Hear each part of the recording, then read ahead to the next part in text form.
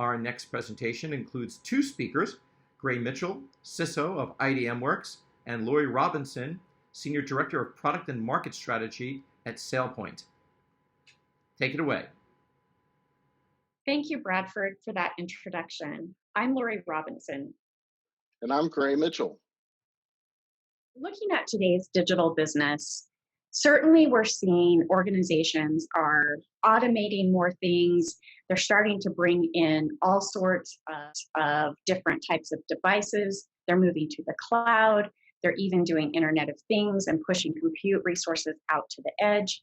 And the digital environment, often referred to as the digital mesh, is resulting in what I call an expanding identity universe.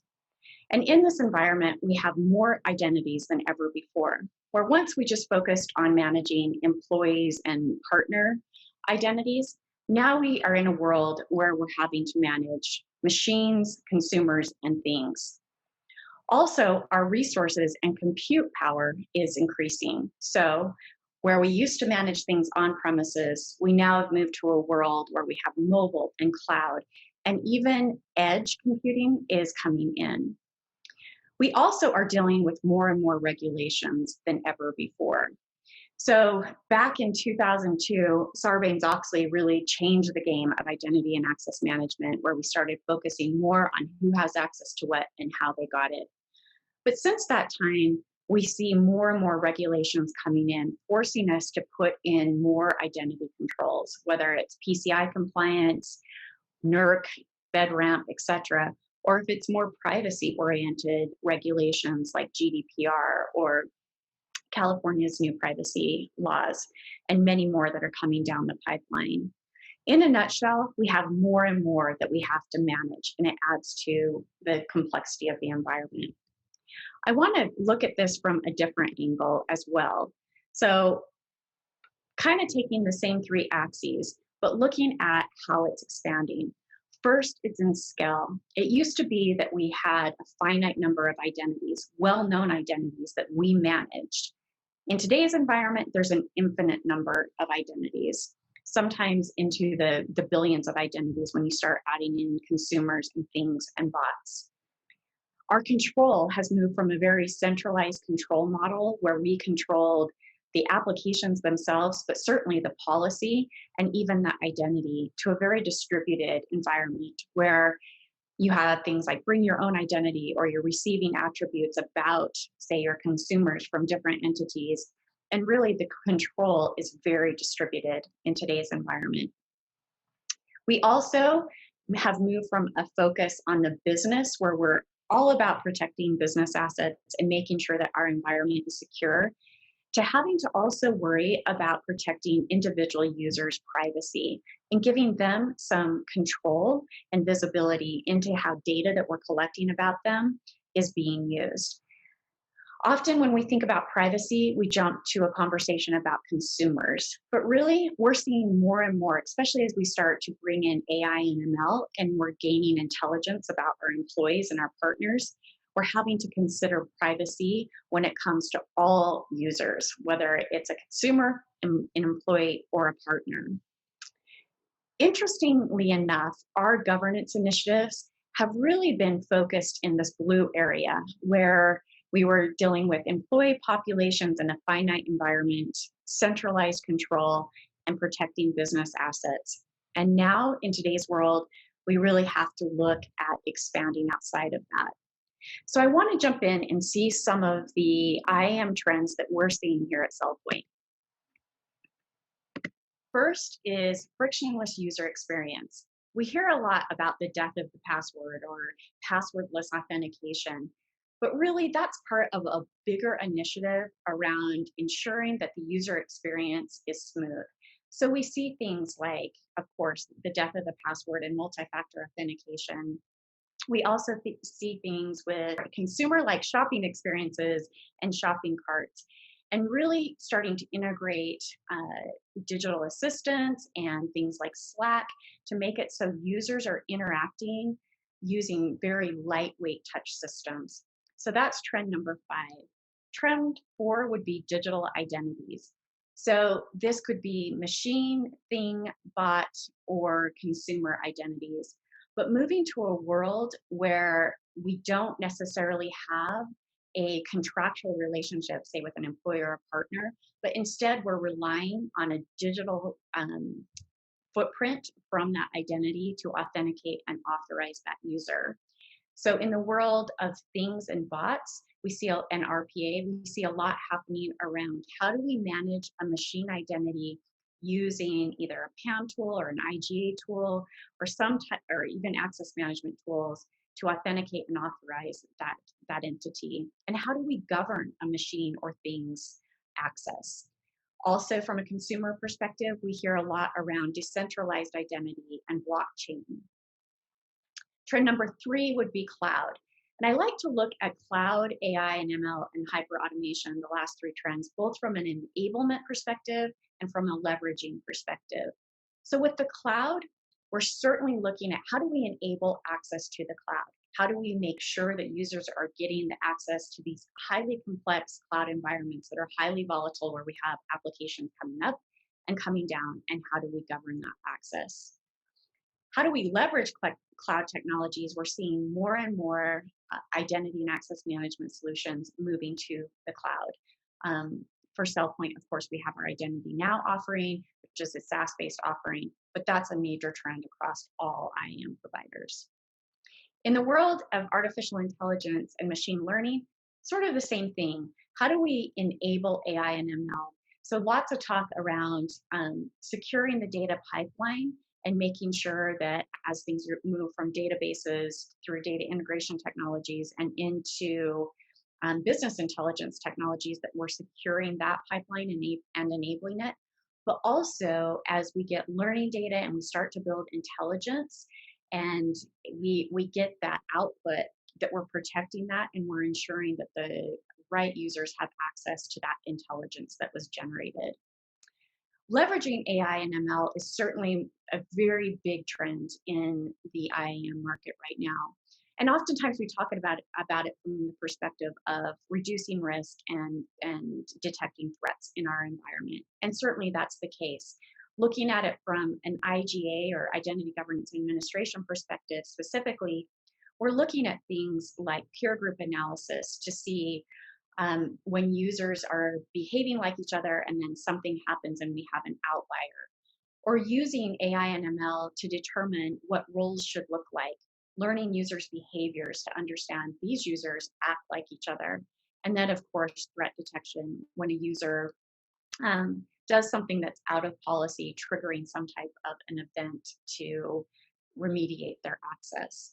So we're going to see a lot happening around AI and ML, particularly when it comes to reducing threats in our environment. But the number one trend I see happening in identity and access management today is around hyper-automation, or what is being referred to as autonomous or self-driving identity and access management. And that really is taking all of the other technologies, whether it's AI and ML or cloud or RPA-like technologies, using digital assistants and all of these up and coming interfaces that we have, and really automating the identity environment end to end. This can be from an administrative point of view or from an end user point of view.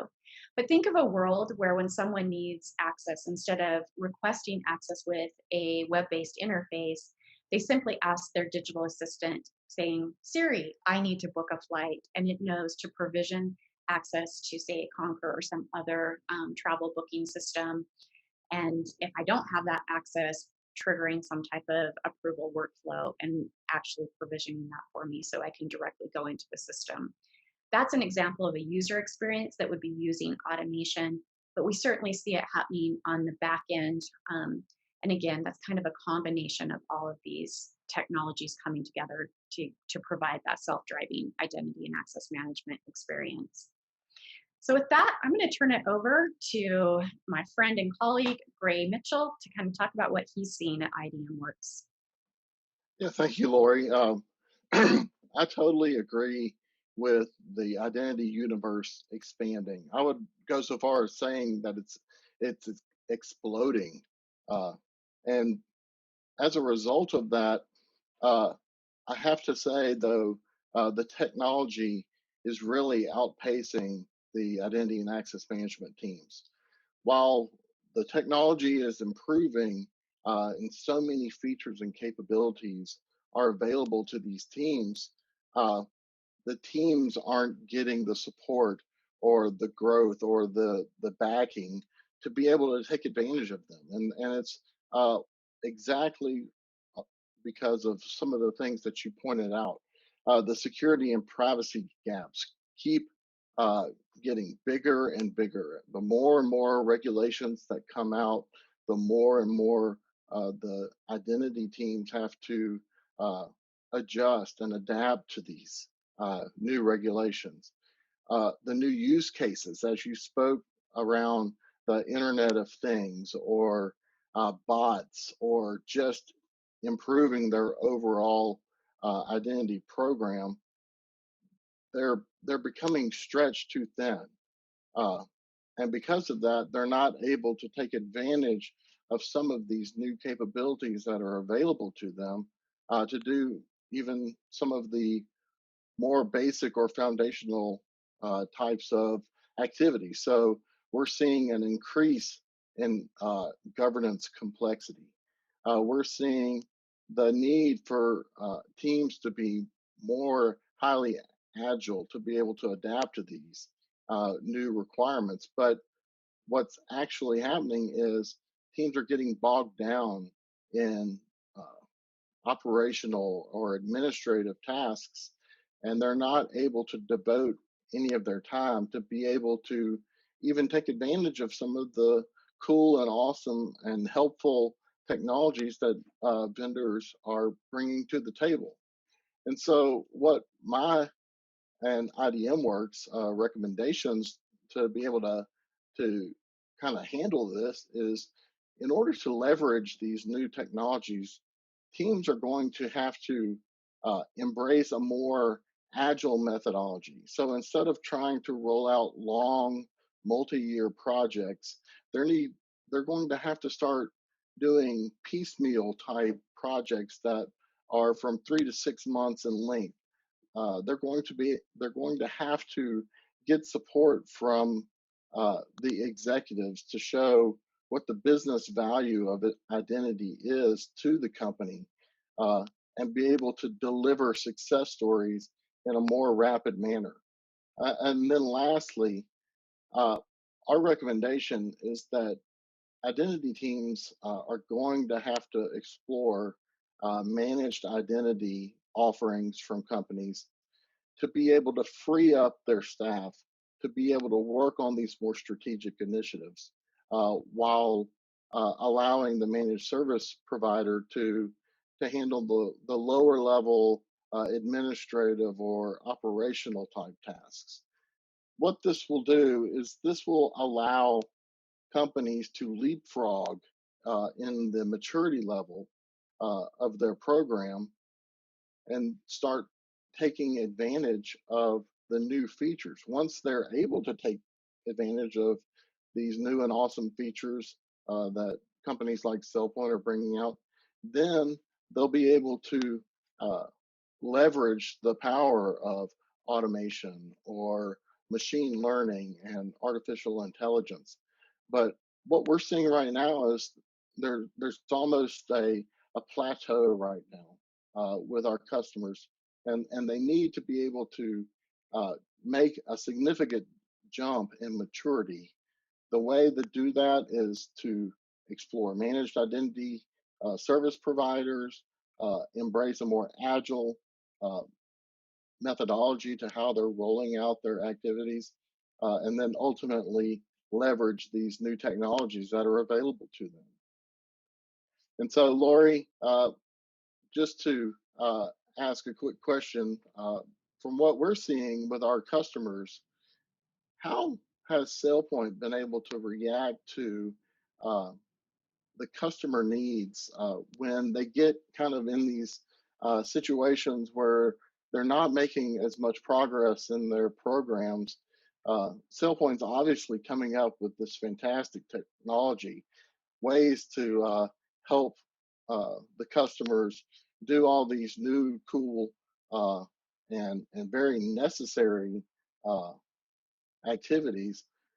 But when the customers get kind of bogged down or plateau in their identity journey, what would your recommendation be? Yeah. I mean, I think it kind of goes, it's sort of cliche, but I'm going to use Sailpoint's theme, which is rethinking identity, because I think we do get hung up in our experiences of the past, if you will, where we were dealing with very brittle and rigid systems that required a lot of customization. And I think that technologies and services, frankly, have both. There's a lot of innovation that has happened. We've gotten a lot smarter about best practices and use cases. Some of that's already programmed inside of your IGA system, and then of course, the services side, they have their pocket of tricks and their best practices. Sure. So I think it's really rethinking and understanding that our environments around us are changing very quickly. They're very volatile. I mean, even if you're just talking about the cloud and you're just talking about employee-based use cases, think about what happened with COVID, where we all of a sudden moved to a remote working environment, and organizations have rolled up and rolled down cloud applications very Yeah. quickly. We just have to be able to respond to that. We can't be stuck in a mindset that it's going to take us 6 months to a year to deploy a connector. And so I think we have to think more agile. We also have to get out of the way of ourselves and start thinking about the 80-20 rule, right? Like Right. 20% of your applications are going to require that high governance and probably deep provisioning. The other 80%, maybe you can get away with more high level generic roles and things like that. So rethink some of the assumptions that you've brought with you from the past. And I will say this is, I agree with you. We have to start embracing newer technologies. I Yeah. see people who are really slow to adopt, and maybe it's from an investing perspective and not having that sponsorship you talked about. But whatever's holding you back, you need to look for ways to start to move towards this innovation, because I really think that cloud, AI, and ML are changing identity and access management in a way that makes it much easier to deploy and configure and run in the cloud, if you will. Um, Yeah. and you can really start to focus on the business process side of it and getting your policies in the system the way you need them. What we've seen so often is that whoever the sponsor is of the identity projects uh, haven't really nailed down the best way to get the support behind their projects. Uh, they'll go in and talk to their business leaders, and they'll use the fear, uncertainty, and doubt type of angle. And that might work for one or two uh, projects or initiatives, but to do a whole program, they really need to put a strategic, holistic program together that's backed behind by business value, uh, business enablement, uh, and risk reduction, and be able to actually map that out. And IDMWORKS, along with Sailpoint, have many tools to be able to help customers be able to do those types of activities. Well, that was certainly an interesting discussion. I would like to thank you for your time today. And please, if you have any questions, please stop by our virtual booth. Once again, I'm Gray Mitchell with IDMWORKS. And I'm Lori Robinson with Sailpoint. Thanks for joining us.